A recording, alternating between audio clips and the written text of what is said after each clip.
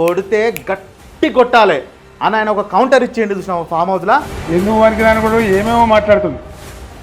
నేను కొడితే వట్టి కొట్టు నాకు అలవాట్లేదు కదా. అసలు నీకు నడవనీకి రాదు, కూసోనికి రాదు, నువ్వు నన్ను కొడతావు అన్న దాని మీద ముచ్చట ఉంది. ఆయన కొడితేనంట బలంగా కొడతాడంట, సరిగ్గా నిలబడేది నేర్చుకోని ఆయన కథ లేకుండా.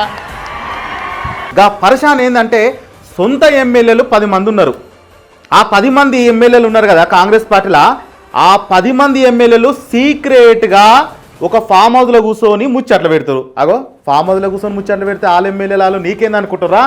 అది ఎందుకంటే ఆ పార్టీలో ఉన్న ఒక ఎమ్మెల్యే, ఆ పార్టీలో ఉన్న ఒక ఎమ్మెల్యే గతంలో ముఖ్యమంత్రిని కలిసి ఒక మంత్రి మాకు వర్తలేదు, ఒక పంచాయతీ వచ్చింది, ఏ మాట చెప్పినా మా మాట వింటలేడు అని ఇక్కడ మహబూబ్ నగర్, ఇక్కడ వరంగల్లో ఇవి ఇద్దరు కలిసిన ఎమ్మెల్యేలు 10 మంది ఇలా మంచి ఓటర్లో కూర్చొని ముచ్చట్లు అయితే పెట్టుకొని మరి ఏం చేద్దాం కథ ఏంది కార్ఖాన ఏంది పెట్టుకుర్రు.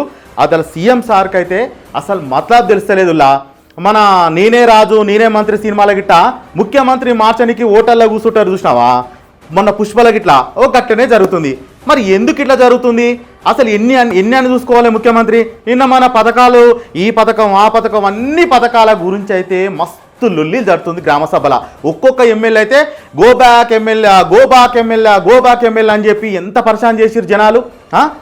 ఒక దిక్కేమో సర్పంచ్ ఎన్నికలు అయిపోయాయి, జెడ్పీటీసీ అయిపోయాయి, ఎంపీటీసీ అయిపోయాయి, మున్సిపల్ ఎన్నికలు అయిపోయాయి. ఇన్ని ఎన్నికలు, ఒక దిక్కు పథకాలు, ఒక దిక్కు రైతు భరోసా, అనేక సమస్యల మధ్యలో ఉంటే మళ్ళీ కొత్త పంచాయతీ. మళ్ళీ కొత్త పంచాయతీ ఏందనుకుంటారు చెప్పాలా? ఏదైతే 10 మంది ఎమ్మెల్యేలు ఉన్నారో మన మాజీ ముఖ్యమంత్రి కేసీఆర్ సార్ ఉన్నారు చూసినావా, కొడితే గట్టి కొట్టాలి అని ఆయన ఒక కౌంటర్ ఇచ్చేయండి చూసినావా ఫామ్ హౌస్లో. ఎందుకు వారికి దాని కూడా ఏమేమో మాట్లాడుతుంది. సరే నేను గంభీరంగా మౌనంగా చూస్తున్నా. నేను కొడితే వట్టి కొట్టు నాకు అలవాట్లేదు కదా. నేను వెళ్ళినా అంటే మళ్ళీ భూకంపం పుట్టాలిగా. చూద్దాం ఎక్కడి దాకా చేస్తారో వీళ్ళ కథ ఏందో చూద్దాము.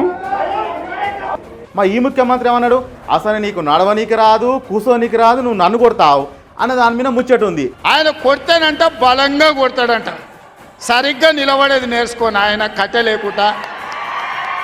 నీ పరిస్థితి ఎట్లుందో తెలంగాణ సమాజానికి తెలియదా? నువ్వు తూగుతున్నావా, సోగుతున్నావా, నువ్వు నిలబడగలిగే పరిస్థితిలో ఉన్నవా? ఆయన బలంగా కొడతాడంట, ఆయన లేచి వస్తాడంట.